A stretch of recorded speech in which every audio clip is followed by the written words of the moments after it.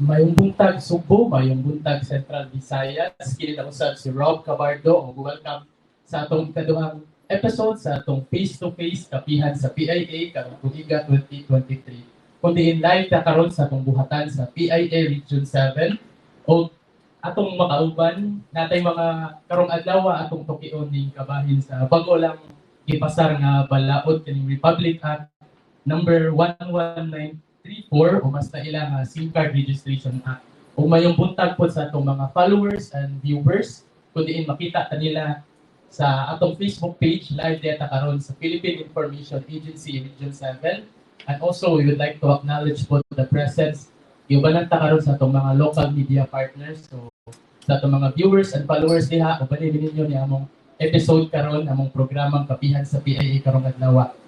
So karon, nabot ko'y kauban akong co-host nga si Miss Hazel, kundi iyang ipailahila ang atong mga guest karon nga mao'y motubag sa atong mga pangutana, kundi atong mahibaw-an ang mga impormasyon o kung sa may mga kalambuan bahin sa pagpatuman ni ini nga balaod ang SIM Registration Act. So, Miss Hazel, may buntag kanimo o siguro ato lang ipailahila kinsa man atong mga guest karong adlaw sa atong kapihan sa PIA. Okay, Rob, daghang salamat ug may buntag kanimo ingon man sa atong mga bisita karong adlaw no sa atong kapihan sa PIA, ingon man sa atong mga viewers no sa gikaingon ni Rob na live ta karon sa ato ang Facebook page atong Philippine Information Agency Region 7. So siguro Rob, sakto ka no, importante gyud nga ato kini pagaisgutan ang kaning SIM card registration. Okay, daghan kay siguro mga pangutana no ang ato ang mga general public no kung unsa gyud kini ka importante, unsa hinungdan nga nung gipasar gyud kini nga balaod. So siguro dili na ta no, excited na kayo ng maminaw atong mga viewers o ingon man atong mga media no nga kaubanan nato diri karon sa PIA. So siguro unahon na po ang gikan no sa National Telecommunications Commission Region 7. He is the Engineer 3 and of course in charge of the complaint section sa NTC. We have Engineer Bill Pirata. Hello, may buntag sa tanan nga itanaw di ko na niya itong program. Yes, and Rob, no, aside sa NTC, we have Globe and of course Makauban po na itong telcos. and Smart, yes, and for Globe, we have the Corporate Communication Manager for Visayas Mindanao. We have Sir Rofil Manto. Sir? Ay buntag, salamat sa pahigayon karong buntaga. Thank you for the opportunity nga inyong invite karon para ma-share namo ang kabahin sa SIM registration ug sa mga efforts nga ginahimo sa mga telco sa Globe. Kayong salamat, Ms. Hazel and Rob.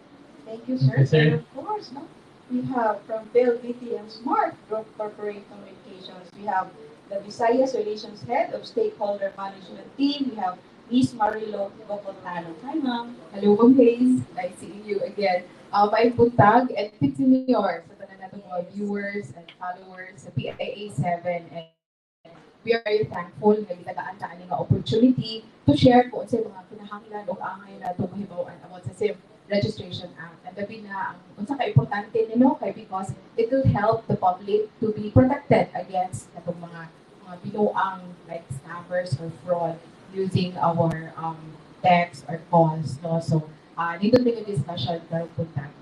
Thank you. Okay, Rob? Sa akin. Siguro ang among ato mo nang pangutanan ni sa atong guest siguro ang kaning nga balaod di mo man nga hot topic siguro ang first question is mao ni ang naguna nga pangutana siguro sa publiko sir. Nganong unsay rason sir nganong kinahanglan yung gid nga naatay SIM card registration act nganong gipasar magunit sir siguro para maklaro pod sa publiko sa atong mga viewers siguro from matubag from Kung masabtan gid nila Okay. kung anong nagipasar, Okay. anong ipasaka din, especially no kay dugay na gid ni akong naibawa dugay na gid ni sa NTC nung nagipasaka kani nga balaod. So karon niya gid si Sir Bill sa no nga motubag kay of course no na napasar na gid siya nga balaod, Sir Bill. Okay, so first and foremost, kani man kung maggamit og SIM, especially prepaid, wala man ko siya registration. Aside from other countries, na sila mga registration ang magamit na ng mga SIMs nila, either prepaid or postpaid, i-register yun. No? So, diri sa ato, nagka na kayo mga problema nga atong nadawa ko, especially sa scam. Lately lang, pinaka-latest na mo, katong before Christmas, nakawatan tao 400,000.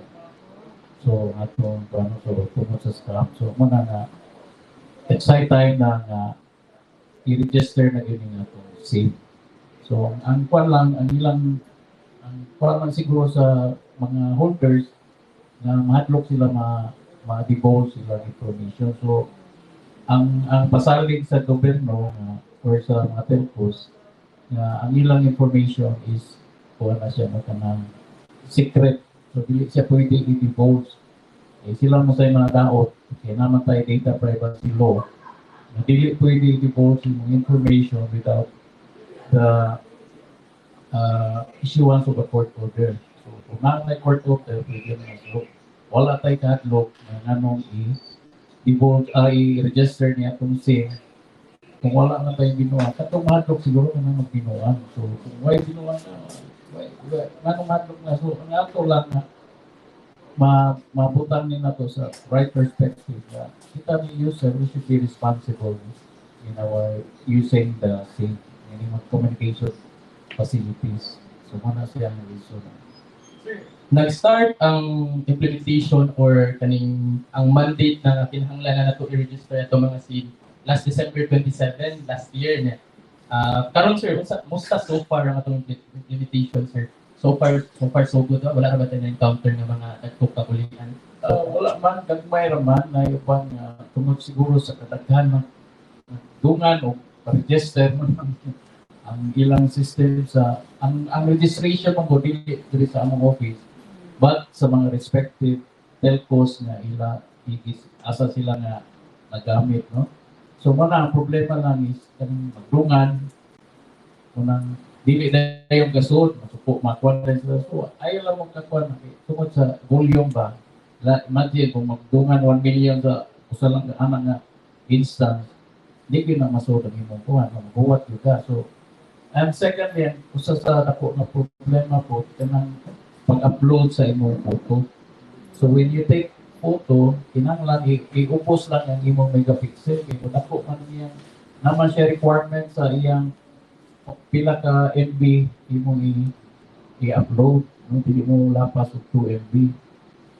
Kung mo lapas na kuhan, 2 MB, di ka upload sa imong photo, di ma-register ang imong. So far mo na atong na-encounter ng mga problema. Nasa yung mga problema, dili mga problema na phone nga keypad lang, so among i-assist magamit ang phone ito sa office, kami itabangan na ng pag-input, kuhaan na ng picture, ito i-upload ng ilang. So ana ba mga paagi, so at least dili kayo kuhaan ng registration problema. Ang kana lang gagmay ra kayo. Of course sir, expected magina kay daghan ba millions pa yung kitang SIM card user, so naragid na maka-encounter kita mga ginagmay mga minimal gid Kung mga gina na ito so ako lang di lang tama madali na yung mga luod. So ato lang kasi sa mga first time pa man niya as the days goes on na may mga other implementation gibuhat ang mga telcos na measures nga di na nimo inani nga pag-upload lang Siguro Rob, no, I would like also to hear, no, ikan sa ito ang mga telcos. no, kay of course sila mga ang concern, di ba? So siguro nasa yung mga issues no, kay lahat na daw ang ikan sa ito ang mga SIM card users. So, Yes, oo. So, mag-haze, ako lang po ang tumuntun ni Sir Bill.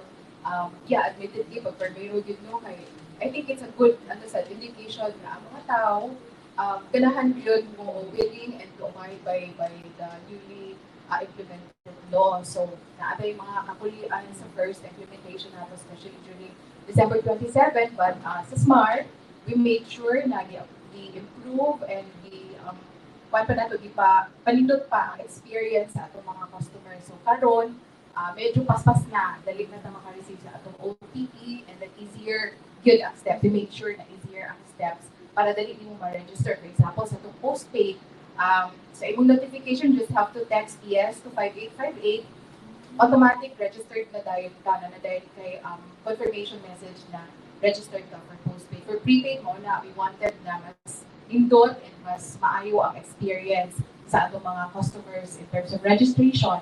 And sa point sa user bill na giyon sa nato pagtabang. So since December 27, na atay mga touch points or assisted SIM registration booths sa lain-lain lugar na atay, especially those areas na daghan of traffic para mas ang atong awareness campaign in terms of kinahanglan sila mag-register mas dali. So for example, karon sa sinulong naman kita, expected daghan mo sa yun dali sa Cebu. So we made sure na atay mga locations, for example, in Fuente Osmeña, na atay SIM registration booth na mo assist sa atong mga subscribers dito. In Abiliana, kay naaman atong mga activities sa SRP, buhon on January 15 na asset na dito sa Plaza Independencia.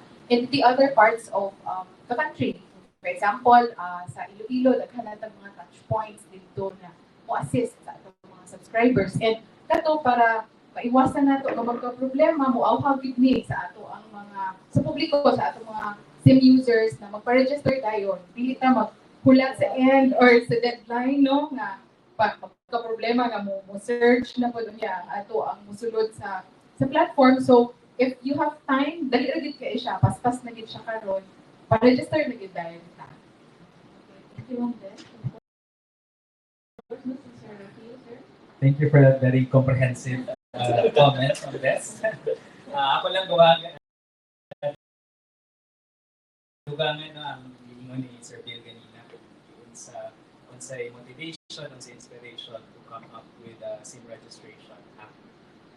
Kini manggod nga SIM registration app, we were also, the telcos were very active kini nga sa pagplano, sa pag-appeal sa mga kalihukan to come up with a SIM registration app. Dala po kini sa katong ingon ni Sir Bill kanina nga daghan or increasing number of fraudulent or illegal activities using anonymous SIM cards. Ano bang anonymous? Because predominantly our prepaid numbers are not attached to a certain customer, unlike in other areas or outside the Philippines no, na sila yung registration sa SIM card prepaid pala. So karon walay problema sa postpaid. Kining prepaid, we are really focusing on it because mo po kini ang ginagamit sa mga scammers. In fact, prior to the SIM registration act na implemented, we were also, the Globe has been very active in participating and providing, implementing efforts sa pagsugpo aning mga scam o spam. We increased our capabilities, our platform capabilities, security platforms. We also blocked more than 32.2 million SMS yung mga clickable links. So, kung manotice niyo karon sa mga Globe users na kung namin makalusot, buhat na gid ka halos close to zero na ang makalusot man, unlike before na nagi mga because it's also because users, scammers can become very creative. So no matter how you improve your system, the next day or a month after, na sila bagong pamaagi, sophisticated din sila, no? Gaskwela po siguro ng mga IT or innovation. So that is the reason why we really need to step up our game in collaboration with the NTC, with the NTC, and of course our friends from other telcos as well. Mao kana na amo yung namusog git me implement makatabang me, and we will be implementing efforts assisted registrations starting February. So wala rin kabalaka na itong mga SIM card users. Itong mga telcos, sila yung gibuhat ng mga assistance, kailang mga hatag para sayon o kaning convenient kaning mabuhat nila ng SIM card registration. Siguro from our telcos, mga kanat at least nagpatayan man karon ongoing ang registration ng sir. Siguro would like to ask ng sa atong latest data, pila na so far atong mga naka-register na certified na himo na SIM card registered. Sige. So, pangutanaw lang ko sa kong kuligo, so I can give the exact figures, no? So, ang ato ang nakuha ang figure, latest din siya pa January 9 as of 11:59 a.m. So we have a total of 7,751,502 SIM card users na naka-register. So gibahig na nato siya og katulo ang sa ato ang prepaid ana close to 7.3 million kay mao man gid ang pinakadako nato nga base. And then sa postpaid nato ana 349,948,000 yung mga naka-register na, as well as sa corporate or enterprise. So nanatay mga 106 and 508 subscribers na naka-register. And ako lang sa puno Rob and Ma'am Hayes na part ani ato mga subscribers are minors, no? Ang mga kabataan na to. So sa Smart, sa PLDT and Smart, we take it an opportunity yun na kani ato ang SIM Registration Act is one of the means na matabangan nato nga safe space ang cellphone sa ato ang mga bata, no? Dili sila mabiktima kanang mga child abuse, mga online child abuse na. So cases like that, kani siya nga act bilihon yun, importante siya to stop those mga bad actors na prey on our minors and our children. So kapag kaini siya For the part of Globe, since the registration started katong December 27, up to today, around midnight or 2 a.m., naana may 7.5 million customers na nag-register. These are prepaid customers. Wala na ako i-break down in terms of per area, but knowing naman our Philippine market is predominantly prepaid. So the numbers that I'm sharing with you are prepaid lang kami. Ang postpaid to follow na namin. Okay? Based on the man sa NTC code na the postpaid have their information already in our database. Ang priority din nato karon katong mga anonymous SIM cards pa to register. So we have 7.5 as of now. And I would like to echo what Ms. Des said earlier, na we are really aiming, hindi lang siya purely registration lang just for the sake of registration. Because this is really something na to come up with a safe space sa atong nasod. Daghan kayo scam at spam karon. Actually, I checked the internet earlier, daghan na kayo mga klase-klase nga na phishing, na smishing, na phishing.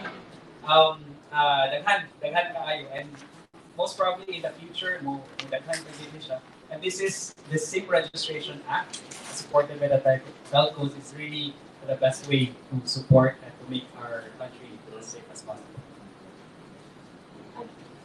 Nag-mention na si Ma'am Des kanina regarding sa kanyang mga kabataan, di ba? No? Kaya importante na sa nilang safety. So, with regards sa kanyang registration app, Ma'am Des, kung sa'yo, ilang pang name, ang paagi, usually, especially katong mga children na ito na nag-school, na nag-school, mga cellphone, so sa'yo paagi, hindi nila kapag-register. So, ang responsibility to register sa mga SIMs na gamit sa itong mga anak o mga kabataan sa ginikanan.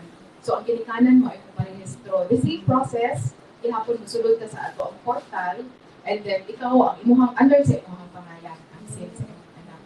In terms of pila ka book registration, SIMs na imong i-register, wala na siya limit. As long as you can present a valid ID during your registration and ginagamit mo ang SIM card. So, in my case, for example, I have 2 kids, sila yung mga phone, so ako may nag-register sa ina under my name. Okay. So, pwede like only Rob, Under one person, pwede na more than one SIM mang i-register. Wala na siya limit. Makalaro po niya sa itong mga viewers ba kay mo lang pa na kay nagdan sila lain-lain nga kaning network ganit ang ilang gamiton, so pwede ra gyud. Sir, as atong telco sa pumunta ko, kung sa mga basic or personal information ng mga paona ni Sir, and then asa man ni siya i-store, like siguro para balupod ang publiko, kung sa mga i-register, mag-require mo na i-provide yun ang mga information sa user, kung sa mga information. Okay. Basic.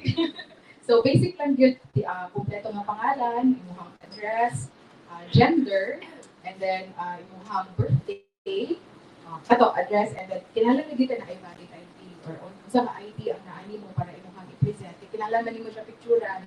And then, para proof sa gyud nga ikaw ang tag-iyaan na sa atong registration for sa Smart, kinahanglan ka mo take of selfie. But very easy, dali na lang gyud kaayo siya. And then, i-capture ang imong nawong pasabot, ikaw to, and match sa imong ID. And then, panay na ang registration. So, basic information lang atong pangayoon, wala nila. And in terms of security, we committed, kami Post, Globe, Smart, and dito, i-commit ni sa privacy, sa tanan ng mga data na mag-gather na to ani under the same registration act. So, commitment na sa tanan telco, especially sa mo sa PLDT and Smart na secured and very safe na ato ang data no gihatag. And rest assured na kanang commitment is 110% gina na mo nga pamuktan para makahibaw ang publiko kung di sila mabalakang asa na ihatag or asa na padung ang ilang data. So it's our commitment to the government also being na nag-implement aning act. So safe and secure. Sir? Sa bahay naman sa Globe, among mga customers kailangan na mo log in, mo access sa new.globe.com.ph/simreg. So the same basic information are required. Katong na-mention ng best kanina, and then mag-upload lang po sa low resolution selfie para to check lang or for quick verification na ikaw ang gamit. And for students or below 18 years old, the parents or the legal guardians have the responsibility. So kini po, I would like to take this opportunity na while the SIM registration is very easy lang pag-register, actually mga less than 10 minutes mahuman na nimo ang registration. Let's be cautious lang po. Let's be very magbantay lang po ta kay na ay mga, as mentioned kanina, daghan ay creative na mga individuals na posible nga ang link yung i-mask nila o yung kulihan niya mag-direct sa live. So go to the official legitimate websites lang with URLs na i-provide sa mga telcos para dili makuha ang inyong information. And we commit that your data is safe with us. We are governed naman sa data privacy law na to. This will not be shared. The information will stay within the telcos unless required by the government or by a court. Ma'am, sir, same siya no, with postpaid and prepaid na wala siya limit, no? Kung yung sa to ang register. So we have this concern like sa PIA, di ba? Corporate accounts na name. So, si Miss Fayette, ang iyang name, sa mga official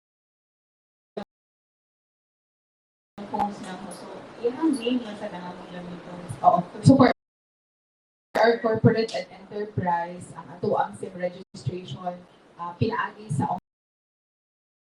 authorized signatory. So, si Ma'am Fayette man ang authorized for PIA, siya sa register. Siguro, another question po Miss sa kaning mga SIM card users na to. What if kung dili nila ma-register ang ilang SIM card or mo lapse na ang deadline or kani mo register pero mo provide og mga false information, na ba yung penalties nga impose ada? Unsay nakaputang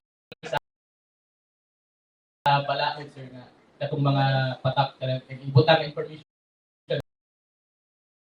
dili mao kay talaga na ay kanang plano nga fraud na miss kato pong failure to register the respective SIM cards.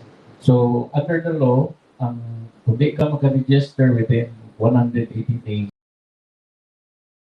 from the day of its implementation, so automatic deactivate imong phone, imong SIM, no? So, hindi na kagatawag, hindi na kagakuhan, wala na totally dead. So, pwede rin na ma-reactivate kung once imong ma-register. So, itagaan sa another extension of 120 days para ma-register mo, ma-reactivate mo. So, after that, kaning mga bagong SIM, ipalit nimo deactivated na daan. So meaning wala na sa signal. So mo na signal kung magpa-register na. So mo na siya na katong mo hatag o kuan kita pa ko.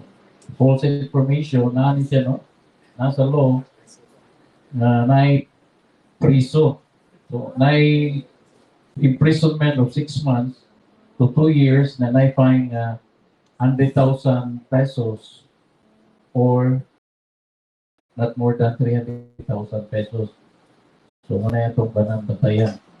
So, di ka pwede so muna yung mga features bitaw na pinanglan na kay selfie para what if ikaw ba na siya. Sir, yes, I'd like sir, to add lang as what Sir Bill said, although ang atong registration kutub April 26, by 27, ma-deactivate na. Tama, Sir Bill, right? So, ang hangin na mo, ayaw ninyo hulatan na last week.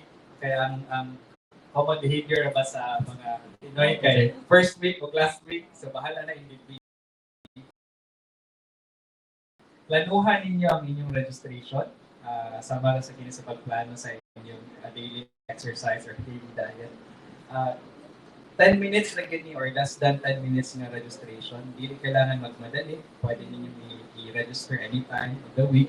24/7 man sa open ng mga platforms. And register lang yun prior the deadline. Ayun yung hulata nga ma-deactivate and then i-reactivate mo through kay naghatag ang NTC o ang atong government of extension kay sayang po ang higayon ba ma-register na ang inyong SIM cards. Sir, with regards sa kaning activation, how long does it take for the SIM card na ma-register siya, ma-activate ba na siya ngayon? Yeah, oo, dali na tayo siya, ma'am. Sa akong case, I gave a new SIM card to my son. Karon pa man siya, pwede makagamit ng phone. So, dali na tayo, ma'am. After registration, automatic, you can already text, call, and use your mobile data service. Basta sila. Another question sir sa akong mga telcos. How about sa katong mga SIM card users nga naa dito sa mga areas where wala gani access sa internet? So, sa mga other options or kung sa pwede man nila mabuhat para ma-register nila? Yes, Rob. Ato gini siya kita na output good no ang concern kay inclusive man ang atong SIM registration for our senior citizens, sa atong PWDs, and sa atong mga bata pinaagi sa parents and as well as those nga nagpuyo sa remote areas mo ilang gitawag o geographically isolated, disadvantaged, and conflict affected areas. So, ang atong buhat, syempre, we coordinate, makikalayon good me sa atong agencies, NTC, the ICT, and the local government units, no, para makabutang ta o assisted SIM registration booths, nga na ay facility dito na ay phone sa atong mga nakagamit lang o keypads. Kay ang atong kinahanglan gamiton man gyud kung mag-register ta kay phone, smartphone, no? So, katong mga naka-keypads mo ato lang sa atong mga touch points and assisted SIM registration booths, and then ay available na equipment or facility dito nga ilang magamit and na mo assist po nila. So, in the coming days mo ni ang ato ang i-roll out all over the country na syempre matabangan sa nato itong mga subscribers nato in those areas. I just came across my mind. Karon lagi kay umabot ba yung sinulog? So, with regards sa kanang mga foreigners, di ba? Yes, Policy dili niya. Mm-mm. Ano, sure ka ba nilang visit Yes, sa oo. Philippines and they have to purchase mo sa sila mga SIM SIM cards, cards. oo. So, they do have to, Yes, they have to register also, Ma'am Hayes. So, sama sa mga basic information na pangayoon, pangalan, kompleto pangalan, ilang passport. So, kung turista sila, they are given 30 days. So, 30 kaadlaw na ang magamit nila ilang deactivate na SIM or de-register na SIM. After that, ma-deactivated. But those other foreign nationals na naadiri sa atong nasod, na nailaing klase sa visa, for example, working, or taas na period, or student, dili sila, dili sila ma-restricted sa 30 days. So, naagi mo po yung assistance for our tourists and foreign nationals na natin. Siguro, Miss, naka-share naman na itong mga guests, ubay-ubay yung mga information that we have gibanan ito sa datong media partner siguro. We would like to open the floor na yung mga pamutan na po datong mga local media partners siguro. Sige. Sir Jan. Napuntahan na naman to, pero sige lang. Actually, my question is feeling a question ba? Actually, there was a joke from our friends if how responsive the registration platform is. So like mangayo man gyud na siya og kanang selfie nimo ba nga naong nimo. So the question is mo detect ba gyud siya sa naong because doon ay mga joke lang inoon to pero I took it seriously ba. What if they will do that instead of having their face there sa kuan sa lingin para ma-selfie makuha ang kuan ang naong silang iro mo ilang ibutang. So that's really katawanan siya but that's one issue ba na magbinuang sa kuan if how safe is the system na makuha ba gyud ang entire like data as well as the face of the person doing the selfie. Yes. Sa kana siya mo portion sa John Ray sa ato ang registration, it's very responsive. Even ako husband nakatry siya. Sensitive siya ito live so dapat clear ang imong now, ang imong buhok if dili matapon gyud sa imong now, wala kay butang something diha or i-cover sa imong now. So very responsive kay mo error man siya sir. So kung ang imong iro, ang imong ibutang dito, definitely dili ha ma-consider. So what do you mean light kanang kinahanglan mo atubang gid siya og kanang light? Well lighted ang imong face sir kay kung ato ka sa area nga medyo ngit-ngit or backlighted ka, mo error siya o balikon kaniya. Yes. Pero pareha na mo nga dangas nag-agtan wa mo pa light today. Sir, maklaro gid na sir, ma-capture na. Well, my second question is, how about those people who have concerns against texters like scammers or still using the number, although already registered, but without fear of like using it in his illicit activities like scam pagid siya or will send text messages that are like inimical to the state or libelous against a person. This is for the NTC, no? Can we easily retrieve the data at the NTC? Actually, ang data na nila wala sa NTC. So, Yes, sir. all they have to do is to naman rin nun ang proper procedure in getting the information. Ano man ang lang na nanay sa pina, no? Ikuha diya sa law. Kaya, ikuha sila. Nay multa na, no? Nay imprisonment na nga kanang kabahin na activity bitaw na sa imprisonment na tapo for 3 years mo siguro na yung imprisonment o tanawin din sa provision sa law na kanang ko niya.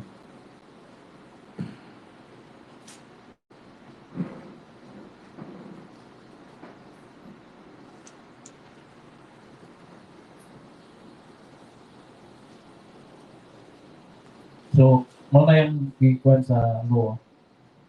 Nabasahan ko na siya na kana gitawag nila og spoofing. So, ang iyang kuan na imprisonment not less than 6 years. Ang iyang imprisonment, yung fine na is 200,000 pesos. So, kinanglan di ka mo kuan ani, no? Dili ka mo hatag og misleading or inaccurate information. Yeah, with the intent to defraud or cause harm or wrongfully obtain anything of value. So, muna siya. So, muna yung penalty for that person. So, ma-retrieve na yan kung i-register mo ka. So, nalagay kung identity yan ng tao. So, sir, mupulo, sir, in terms of katong imong ipangutan na kung dali ba. So, sa case sa Delcos, syempre, we will require the order, the official order, naana siya court order and the order from NTC para kana siya na specific data rapod na gipangayo ang pwede na sa pinaka. So, mo abide niya sa order na ihatag sa mo abiing NTC is the regulating agency man sa mga telcos. Ang pinaka-important namin, sir, is that we now have the information that's needed, or that's the basic information na kinahanglan para Mas easier easier kung naikaso nga itubangon, pinaagi sa mga data na i-provide sa telcos. Pero kinahanglan dito court order or katong giingon ni Sir Phil. Follow lang po sa procedure sa locate. We are governed man by the Data Privacy Act, and we cannot just share information. Ni pasali gud mi nga among protektahan ang inyong data o niya. Kung may mangayo mo, share lang ni diretso. That's not possible.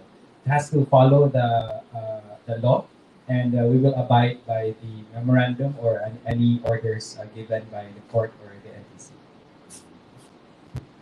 How safe are we against phishing? Like those who are asking numbers in order to text us insurance offerings or any like utang, no, loans? Okay. So ako na sugdan, sir. We assure you that we have been doing a lot of efforts already to address that.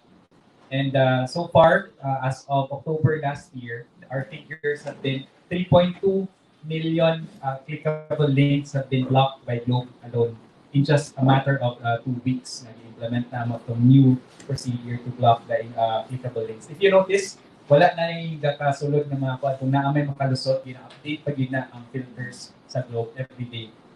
We have our 24/7 security operation center na doon ay mga 100 plus mga manpower resources. We have also invested millions of US dollars to really improve our system para mapakusog pa ang atong pagsugpo aning mga clickable mga phishing or mga scams. Guys, as mentioned earlier, sige na sila improve, creative po sila. Kung creative ta, sophisticated din sila. Hindi na magpapildi. Kaya our intention really now is to protect our customers and to make sure that we have a hashtag stay safe PH, no?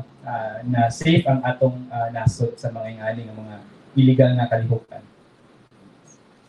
So specific to SIM Registration Act, dako ni siya tabang, sir, sa pagsugpo sa kung man gid ang purpose is for the public and the country to be safe from these kind of fraud and scammers. So mo na ang telcos community at Smart, grabe ang among support ani na unta magdaghan gyud.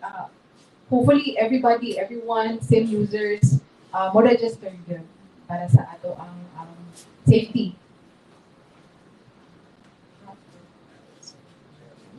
For I think itong mga guests from Telecom that they okay. I'd like to take this opportunity to have the videos played lang. Atong very short naman ito, 2 seconds each. Mga kanyang procedure sa pag-register sa prepaid users. Naapot tayo mga users na gagamit o home prepaid Wi-Fi o MiFi. These are also kanang atong mga modems dito na dala-dala ng prepaid pocket Wi-Fi. Ang tawag naman na kay HPW home prepaid Wi-Fi. Huwag ka na mga gagmay, mga pocket Wi-Fi, MiFi. Kada na sa... okay, maybe we can play the first one.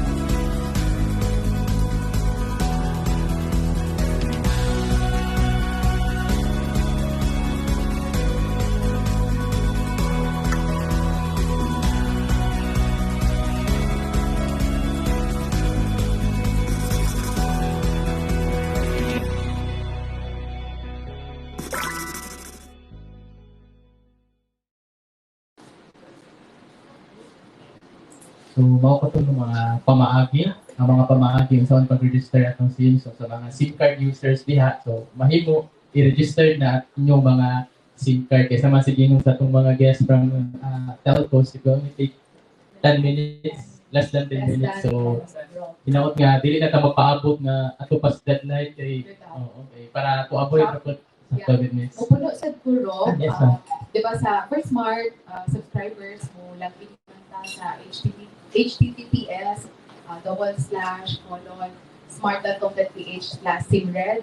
So, ang isa sa among gibuhat karon is to localize for awareness campaign. Nagbuhat ang mga material na kung Cebuano or Bisaya speaking, dali nila masabtan sa atong materials in Cebuano.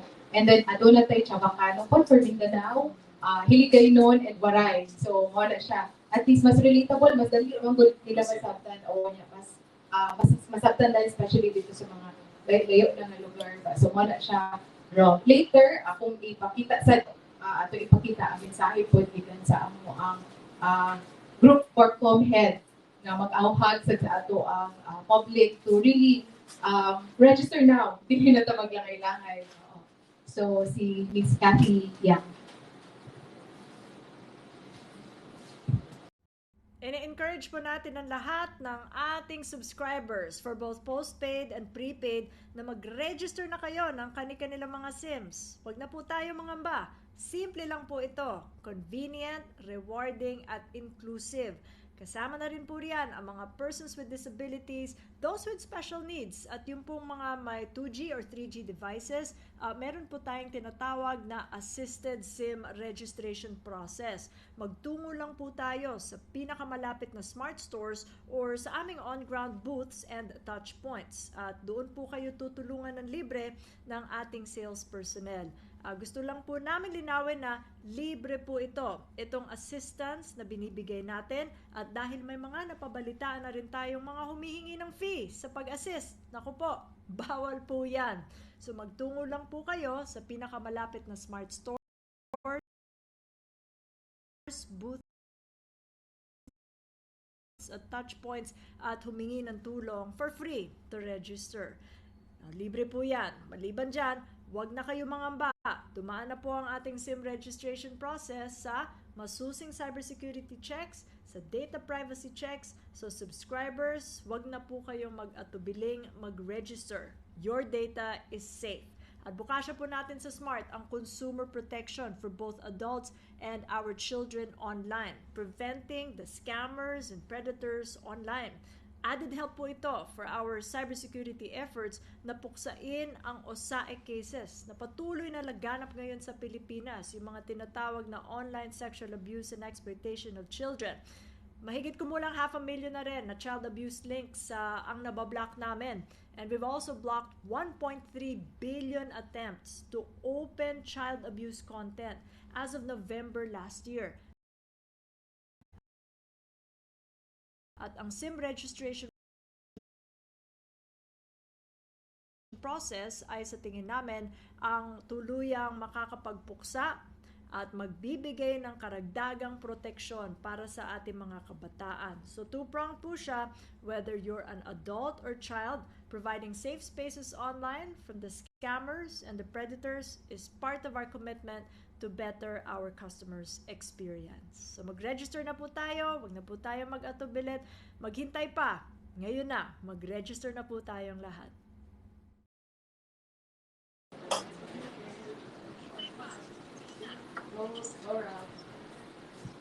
Okay, no, Rob, no, to wrap up na our discussion, no, karong adlaw, no, sa itong kapihan sa PIA, giauhag na to ang publiko, especially katong wala pa nang pa-register, no, kaya most of us are using cellphones naman din, no, so to please register. It only takes less than 10 minutes na no, according sa itong mga bisita na gikan sa telcos. So dali ra gyud kay magpa-register. So di na ta muhuwat, no, until the deadline na April 27, no, kay basig doon na sa ganyan mo come up ng mga problema, no? Especially kung daghan na kayo mag-register. So, gihangyo na mga publiko nga please register, no? As early as now, no? Kaya para dali rin ang pag-register na ito. Inon man, only, no? Ang katong magpa-register, especially katong sa mga students, kung doon yung mga anak na 18 years old below, ang ilahang parents, no? Ang ilahang i-register, no? Sa SIM card nga ilahang gigamit. So siguro Rob, no? So ako na lang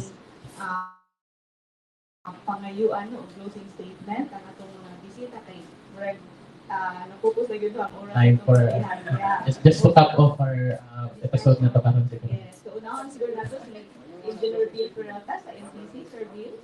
Okay, so at least na tungganan ninyo no ang among mga mensahe. I hope na mo hita mo sunod ta sa lagda sa balaod para raman sa atong kayuhan. So dili ni para kayuhan sa uban tanan para kayuhan sa atong nasod. Okay, so we have from LDT na Smart, we have Mang Marido Bocotano. Yes, hey, so nahibawan na nato si angay nato nga tan-awon or makatunan good about the SIM Registration Act.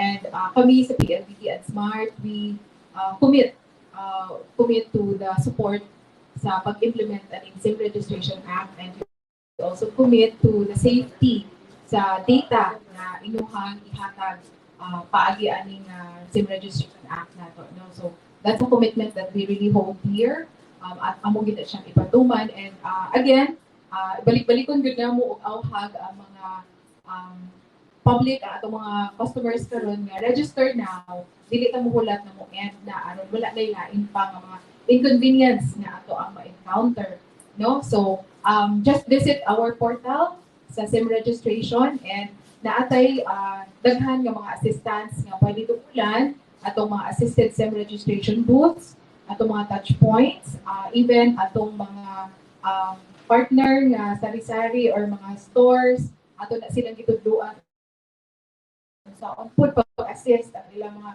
fellow suki kung saan nila pag-register. So tinabuhat sa nato kana, and natin laing mga channels po, you can visit our smart stores or call our hotline para sa assistance. Okay, thank you, Ma'am Beth. Should let me continue from your team. Ako lang i-reiterate na ang Globe Group supports the SIM Registration Act.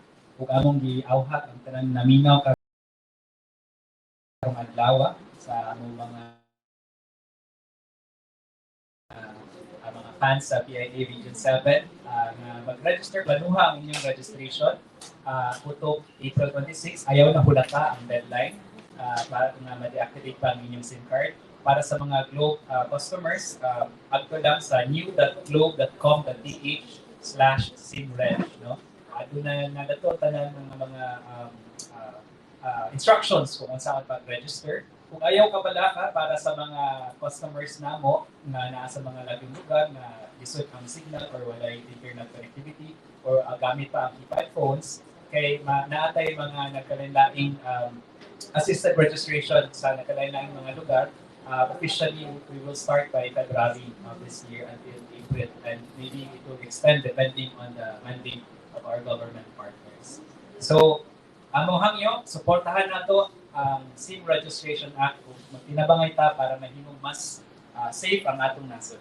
Salamat. Yes. Ma'am Hayes, naday ko ipuno isip usab pag-aghat yun o pag-encourage sa ato ang mga subscribers para mo register. Once you register, na akay libre nga 3 MB nga madawat nga data. So, register na kita na akay free 3 MB. After registration, ma-receive na nimo for your online needs.